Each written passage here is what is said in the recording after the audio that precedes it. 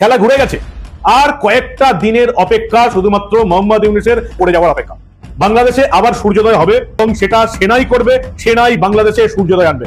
এই সরকারটাই তো অবৈধ একটা সরকার। ইউনূস স্যার চায়না চলে গেছে। এদিকে এবার হঠাৎ দেশের পরিস্থিতি উত্তাল হয়। ডক্টর ইউনূস চীন যাওয়াতে সবকিছু ধ্বংসের পথে। ডক্টর ইউনূসের কপাল পুড়ে শেখ হাসিনা ক্ষমতা ফিরে পাচ্ছে। সেনাপ্রধানের সিদ্ধান্তে সারা বিশ্ব অবাক হয়েছে। সেনাপ্রধানের সাথে বাংলাদেশের প্রত্যেকটা মানুষ আছে। এই 2 টাকার 2 পয়সার এই কুত্তাগুলা তারা যখন এইসব কথাবার্তা বলছে, এই 2 টাকার এই টোকাইগুলো যখন সেনাবাহিনীর দিকে আঙুল তুলছে, তখন তারা বসে বসে কি করছে, কি দেখছে, কি চায়, আর কি দেখতে চায় তারা। এখন বাংলাদেশে জঙ্গি জিহাদিদের আস্ফালন, পাকিস্তানেও এক। তাহলে নিজেদের ইনভেস্টমেন্টকে প্রোটেক্ট করাই হচ্ছে শি জিনপিং এর লক্ষ্য। সেই জন্য সে ইউনূসের সঙ্গে বৈঠক করবে। ইউনূস হচ্ছে একটা দোআঁশলা মাল, সবসময় ভারতের আধিপত্যবাদের বিরুদ্ধে হুঙ্কার। শেখ হাসিনা আসলে ভারতে যান নাই, তাকে বহনকারী আর্মির যেই বিমানটা, এটা ভারত থেকে ঘুরে আসা গোপালগঞ্জে নামছে বা কোন একটা জায়গায় নামছে, সেখান থেকে শেখ হাসিনা গোপালগঞ্জে আছেন। হঠাৎ করে গোপালগঞ্জ বাসীকে, শহরবাসীকে নিরাপত্তা দিতে প্রশাসনের একটা ভিন্ন রকম উদ্যোগ দেখা দিয়েছে। মোহাম্মদ ইউনূস যে পরিমাণ নিরাপত্তা, যে পরিমাণ টাকা খরচ করছেন নিজের পেছনে, মোহাম্মদ ইউনূসের এই চীন সফরে যাওয়ার কত টাকা বাজেট আপনারা জানতে পারবেন। বাংলাদেশের মানুষ তো জানতেই পারবে। আর ইউনূসের বিচার ইনশাআল্লাহ সে বিচার করব। দেশের মানুষের অর্থ সম্পদ লুটে দিয়ে হত্যা করে বাংলাদেশটাকে একটা শ্মশানে পরিণত করে। কিন্তু মোহাম্মদ ইউনূস যে পদক্ষেপগুলো নিচ্ছেন বা তিনি যে কথাবার্তাগুলো বলছেন, সেগুলো কি একটা গঠনমূলক কথাবার্তা? সেটা কি কোনোদিন সম্ভব? এই কথাবার্তাগুলো কি কোনো একজন দেশের প্রধানের মুখে মানায়? হ্যাঁ, অনেক আশ্চর্যমূলক কথা ডক্টর ইউনূস প্রতিনিয়ত বলছেন। এখন সেই কথাগুলোর সমালোচনা হচ্ছে এবং আলোচনা হচ্ছে। দর্শক শ্রোতা, ডক্টর ইউনূস চীন যাওয়ার পর থেকেই, বিশেষ করে এই চীন যাওয়ার পর থেকেই কঠিন ষড়যন্ত্র হচ্ছে এবং বাংলাদেশকে ফাঁকা পেয়ে অনেকে কিন্তু দেশের মধ্যে তাণ্ডবও চালাচ্ছে। গাইজ, আপনারা জানেন বাংলাদেশ সেনাবাহিনী এবং সেনাপ্রধান তাদেরকে নিয়েও একটা সমালোচনা হয়েছিল। তারা একটি পদক্ষেপ নেয় এবং এই পদক্ষেপে দেশ একেবারে শান্তশিষ্ট হয়ে গেছে। দর্শক শ্রোতা, দেশের নেতাকর্মী, সমন্বয়ক, উপদেষ্টা সবার সর্বশেষ অবস্থা কি হয় এবং তারা কি বলতেছে এবং দেশের রাজনৈতিক প্রেক্ষাপটের সর্বশেষ কোন জায়গায় গিয়ে সমাধান হয়, সবকিছুই আপনারা দেখতে পারবেন। আসুন দর্শক, আমরা আর কথা না বাড়িয়ে ভিডিওর মূল আলোচনায় চলে যাই। এইখানে আপনাদের কিছু ইম্পর্টেন্ট নিউজ ক্লিপ দেখাবো। এই ক্লিপগুলো দেখলেই আপনাদের মনে যতগুলো প্রশ্ন রয়েছে সকল প্রশ্নের উত্তর পেয়ে যাবেন। এবং ডক্টর মোহাম্মদ ইউনূসের এই চীন সফরটা অত্যন্ত তাৎপর্যপূর্ণ, কারণ তিনি দায়িত্ব গ্রহণের পর, এই 8ই আগস্ট দায়িত্ব গ্রহণের পর তিনি চীন হচ্ছে গিয়ে একটা খুবই উচ্চ লেভেলের একটা সফর হতে যাচ্ছে এই চীনে, এবং এই চীনে সফরকে ঘিরে বাংলাদেশে অনেক অস্থিরতা। এখন প্রশ্ন হচ্ছে যে এই চীন সফরে আসলে আমরা কি পেতে পারি। এই চীন সফরে পররাষ্ট্র উপদেষ্টা তৌহিদ হোসেন বলেছেন যে এই চীন সফরে কোনো চুক্তি নাও হতে পারে, কিন্তু অনেকগুলি সমঝোতা স্মারক সই হতে পারে।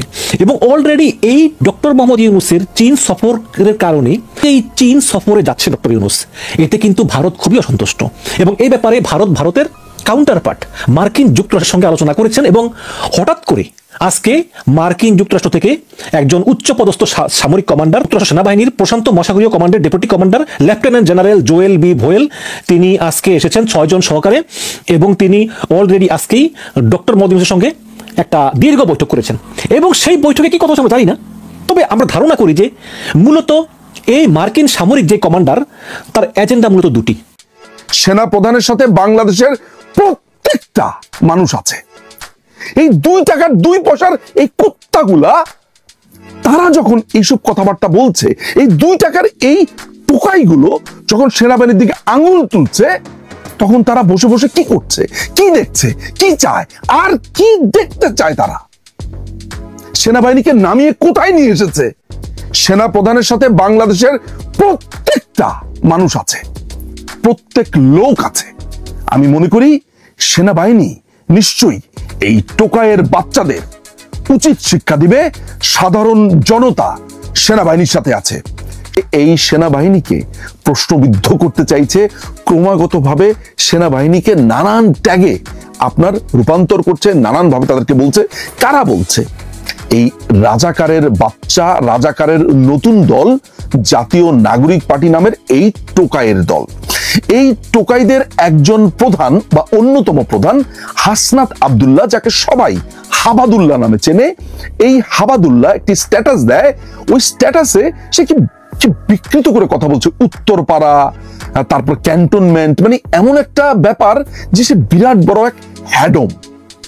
সেনাপ্রধানকে জড়িয়ে বা তাকে ইঙ্গিত করে তাদের যে পুরো ক্ল্যানটা আছে, অর্থাৎ সে যখন একটা স্ট্যাটাস দেয় তখন ওই বাকি টোকায়ের বাচ্চা, যেমন এই আসিফ, নাহিদ, কষা সার্জিস, তারপরে ওই যে একটা বাবা ঘোর আছে চিটাগংয়ে, রাফি, এরা, তারপরে যে বিহারির বাচ্চাদের যে দল আছে ইনকিলাব মঞ্চ, তারপর হচ্ছে অ্যান্টি ফেসিস্ট কোয়ালিশন নামে আরেক বিহারির বাচ্চাদের দল আছে, এরা সবাই মিলে এক ধরনের আওয়াজ উঠাবার চেষ্টা করে। আওয়াজ উঠলে যেটা হয় সেটা হচ্ছে তারা ঢাকা বিশ্ববিদ্যালয়ের ওই রাজু ভাস্কর্যের পাদদেশে 1000-2000 লোক বা এরকম 500 থেকে 2000 লোকের মতো জড়ো করে ভাঙচুর হই হট্টগোল করে দেখানোর চেষ্টা করে যে তাদের সাথে অনেক লোক আছে। এদের সাথে যোগ দেয় জামাতে ইসলামী, শিবির, এদের সাথে যোগ দেয় হিজবুত তাহরির এবং অ্যান্টি বাংলাদেশ যতগুলো দল আছে প্রত্যেকে তাদের সাথে যোগ দিয়ে এইটা দেখানোর চেষ্টা করে যে তাদের সাথে জনতা আছে। কিন্তু এই প্যাটার্নকে আজকে ভাঙার সময় এসেছে। আমরা অনেকগুলো প্রশ্নও করতে চাই। এই হাবাদুল্লাহ বলেছে যে বাংলাদেশ আওয়ামী লীগকে নাকি পুনঃপ্রতিষ্ঠা করতে চায় সেনাবাহিনী। বাংলাদেশ আওয়ামী লীগকে সেনাবাহিনীকে পুনঃপ্রতিষ্ঠা করতে হবে কেন? বাংলাদেশ আওয়ামী লীগ কি কোনো নিষিদ্ধ দল? বাংলাদেশ আওয়ামী লীগ কি এমন কোনো দল যে তাকে নতুন করে রিফর্ম করবার দরকার হয়েছে, নতুন করে তাকে কাজ করবার দরকার হয়েছে? আমি যদি সমস্ত কিছু বাদ দিয়ে বাংলাদেশের ইলেকশনের ডাটাগুলো অ্যানালাইসিস করি, বাংলাদেশ আওয়ামী লীগ যেবার হেরেছে, অর্থাৎ 2001-এর ইলেকশনে, সেইবারও বাংলাদেশ আওয়ামী লীগের ভোট ছিল 40 পয়েন্ট প্লাস। যিনি বা যারা সেই সময় জয়ী হয়েছিল বিএনপি, তাদের ভোট ছিল 40.86 অর সামথিং। কিন্তু এককভাবে বাংলাদেশ আওয়ামী লীগ পেয়েছে 40 পয়েন্ট প্লাস। এরকম একটা দলকে পুনঃপ্রতিষ্ঠা সেনাবাহিনী কেন করবে? সেনাবাহিনীর তো এটা দায়িত্বও না। এই যে কথাটা বলছে, এইটা সত্যতা কি? বাংলাদেশ আওয়ামী লীগের একজন মন্ত্রী মোহাম্মদ আরাফাত তার একটি স্ট্যাটাসে বলেছেন যে এই টোকাইয়ের বাচ্চারা মিথ্যা কথা বলে।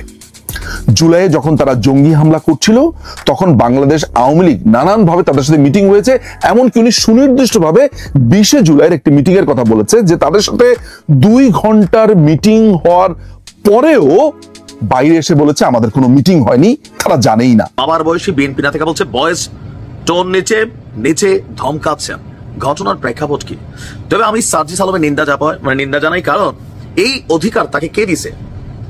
তাহলে তো বুঝতে হবে ডক্টর ইউনূসের সরকারের এই রাষ্ট্র ব্যবস্থায় এনসিপির একটা নিবন্ধন হয় নাই।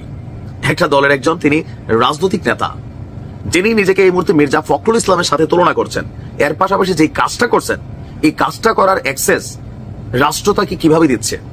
আর প্রশাসন কেন এই লেজুর বৃত্তি, ওই আওয়ামী প্রশাসন বইলা সরকারি কর্মচারী কর্মকর্তাদের যে গালাগালি করা হয়, তো তুমি তো সেই একই প্রশাসন তৈরির চেষ্টা চালাইলা।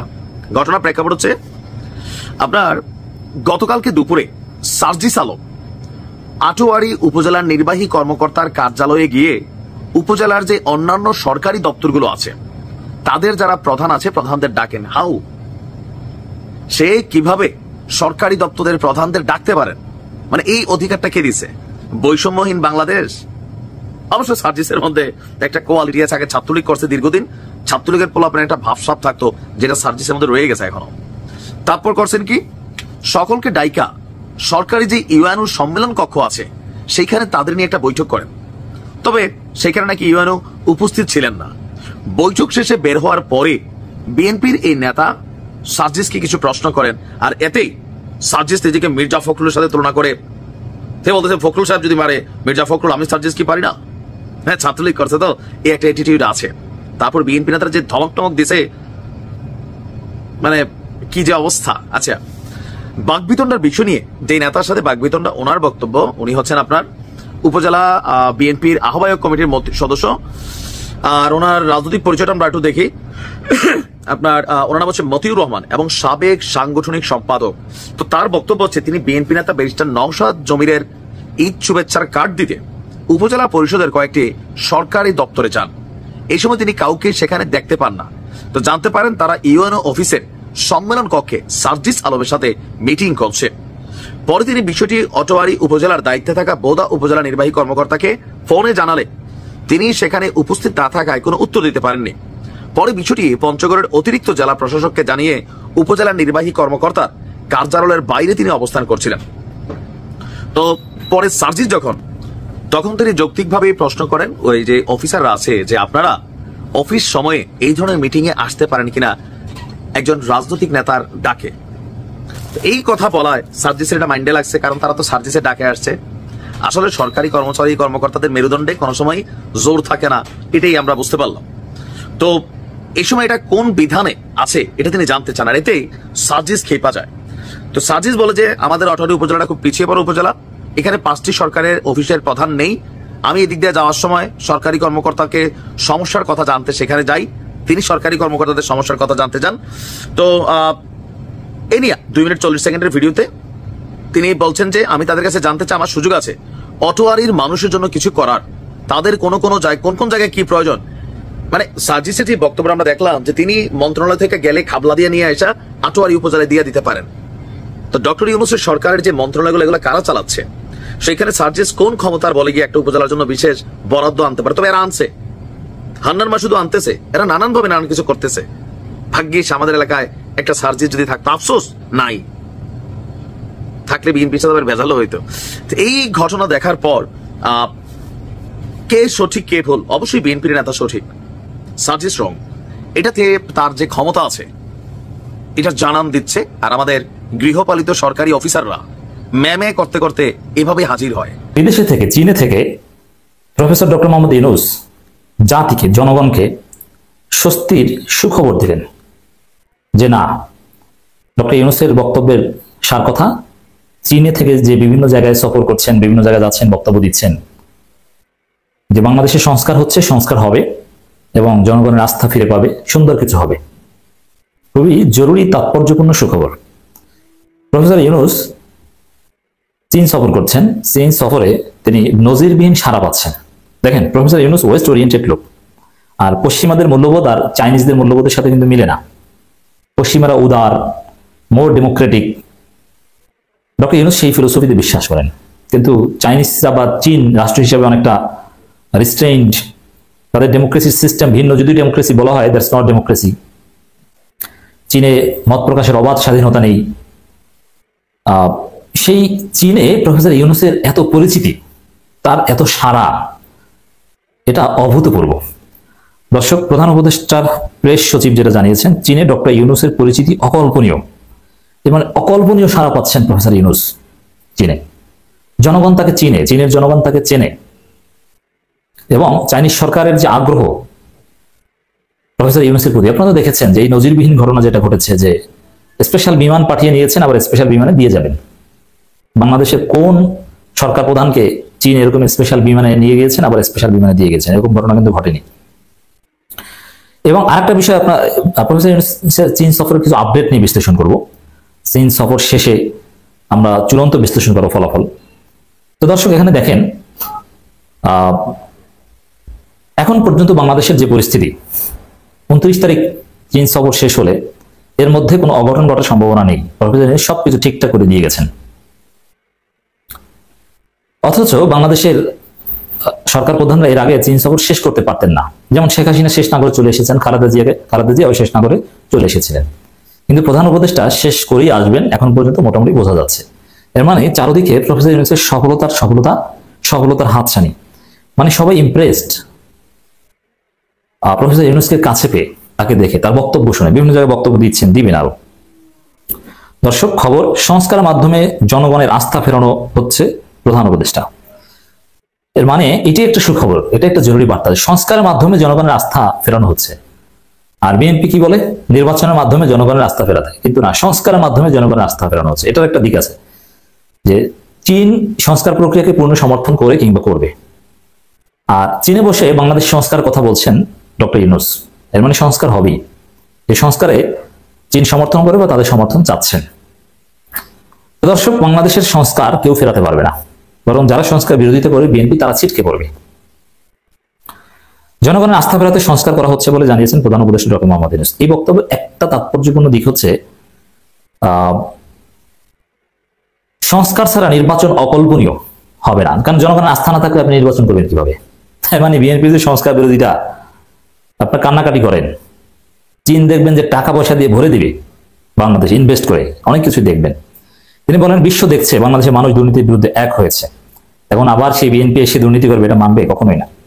নতুন বাংলাদেশ গড়তে কিছু চ্যালেঞ্জের মুখোমুখি হতে হচ্ছে, তবে জনগণের আস্থা ফেরাতে সংস্কার কাজ। দেশের রাজনৈতিক প্রেক্ষাপট নিয়ে এইখানে আমরা দেখতে পাচ্ছি অনেক কথা হচ্ছে, অনেকে এই বিষয়গুলো নিয়ে আলোচনা করতেছে, আবার অনেকে এই বিষয়গুলো নিয়ে সমালোচনা করতেছে, সবাই সবার মন্তব্য এই জায়গায় প্রকাশ করতেছে। দর্শক শ্রোতা, দেশের রাজনৈতিক এবং ডক্টর ইউনূসকে নিয়ে বিশেষ করে অনেক কথা হয়, অনেকে ডক্টর ইউনূসের বিপক্ষে কথা আবার অনেকে কিন্তু ডক্টর ইউনূসের পক্ষেও কথা বলে। অন্যদিকে শেখ হাসিনা বলেন, আরও যারা রয়েছে আওয়ামী লীগ কর্মীরা, তারা কিন্তু সরাসরি চায় যে শেখ হাসিনা আমাদের দেশে আসুক এবং শেখ হাসিনা এসে দেশের ক্ষমতায় চেয়ারে বসুক। এখন কিন্তু তারা একটা সুযোগ পেয়েছে এবং তারা কিন্তু অনলাইনের মধ্যে বিভিন্ন রকম কথা তারা ছড়াচ্ছে। দর্শক শ্রোতা, আপনারা কি চান শেখ হাসিনা দেশে আসুক? আপনাদের মন্তব্য আপনারা অবশ্যই কমেন্ট বক্সে লিখে যাবেন। আর হ্যাঁ, এতক্ষণ আপনাদেরকে যা কিছু দেখিয়েছি সব কিছু কিন্তু আমরা সোশ্যাল মিডিয়া থেকে সংগ্রহ করেছি, এইখানে আমাদের নিজস্ব কোনো মন্তব্য নেই বা নিজস্ব কোনো সিদ্ধান্ত নেই। সর্বশেষ আপনাদের কাছে আমাদের একটা রিকোয়েস্ট থাকবে, আপনারা যদি আমাদের চ্যানেলে নতুন দর্শক হয়ে থাকেন চ্যানেলটি সাবস্ক্রাইব করবেন এবং পাশে থাকা বেল বাটনটি বাজাবেন, যাতে করে নেক্সট ভিডিওটা সবার আগে আপনাদের কাছে পৌঁছায়। ধন্যবাদ।